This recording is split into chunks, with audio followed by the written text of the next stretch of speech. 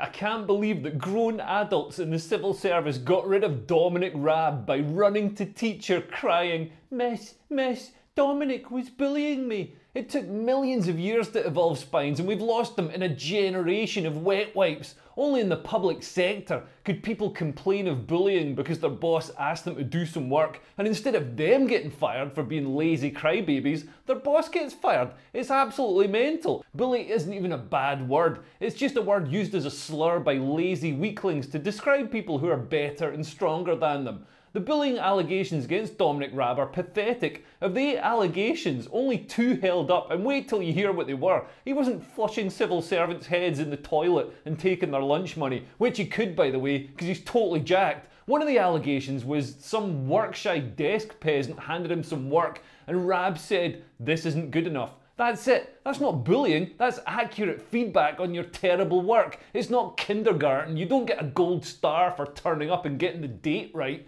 Someone else said he threw cherry tomatoes at them. Have you ever met a civil servant? The only way you can get them to move is by throwing your lunch at their heads. But of course, they know they haven't actually been bullied. These accusations are just being used as a weapon to destroy Raab by a politicised activist civil service that doesn't want to do what Raab says for 2 reasons. One, they're woke metropolitan leftoids who are ideologically opposed to the Tory government and want to stymie them instead of carrying out orders. And 2, they're lazy and Raab made them do some work. Let's talk about the laziness. The civil service are hardly ever in the office to throw tomatoes at anyway. Since COVID, they've gone down to 2 days in the office a week, with a full 5 days at home to recover from the exertion. The Home Office are literally working from the Home Office. My ex was a civil servant and working from home was a joke. She woke up at 9 AM, turned on her laptop and then put an analogue watch under the mouse to keep the laser active so it looked like she was active online, and then went back to sleep, all on the taxpayer's dime. Who was going to check up on her? Her boss was no doubt doing the exact same thing, which to be honest is a good thing because the less the state does, the easier it is for regular people to get on with their business.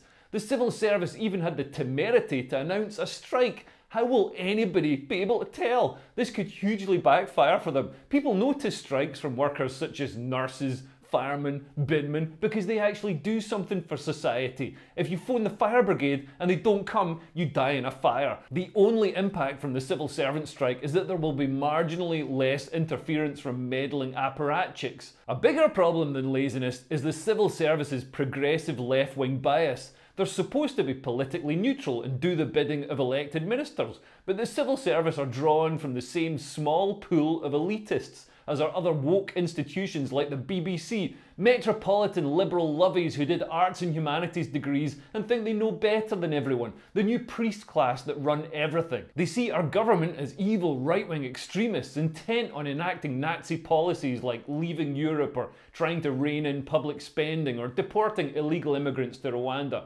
There's lots of evidence for this bias. A live QA session held at the Home Office was swamped with staff anonymously slamming the Rwanda plan.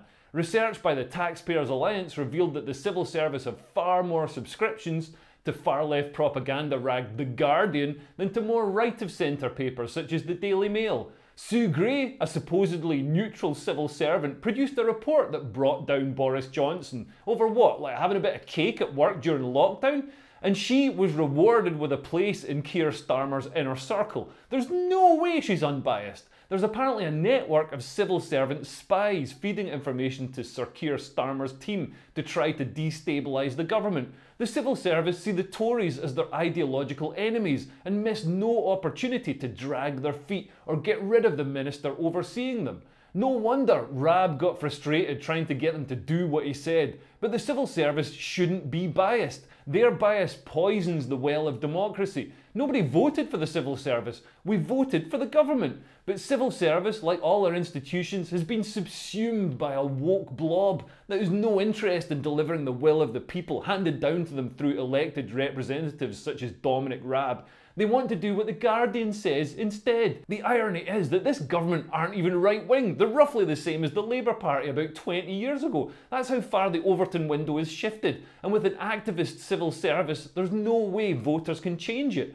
I guess it's actually good that the civil service are lazy because it means they ruin the country at a slower rate. But grown adults complaining about bullying? Oh my god, I don't even have a vagina and I can feel it drying up. Anyway, thanks for watching. If you want to see me doing live comedy, I'm doing Hating Live in London on Wednesday the 26th of April, which is probably tomorrow if you're watching this. It's live improvised stand-up hatred and it's the best night out. We toured it around Australia. It sells out at the Fringe in Edinburgh every year. How it works is you write down what you hate, it goes into the bucket and then it gets pulled out on stage and our panel of top comedians have to hate on whatever you've written down, no matter what it is. You can watch comedians live struggling to try and hate on something that they're not allowed to hate on without destroying their careers. You can write down anything you want. There's a link to tickets below, and if you're a top tier Patreon, you can come for free. Sign up to my Patreon below. I'll be doing an online new material show later this week as well. Anyway, thanks for watching. I've been Leo Kears. Bye. Bye bye.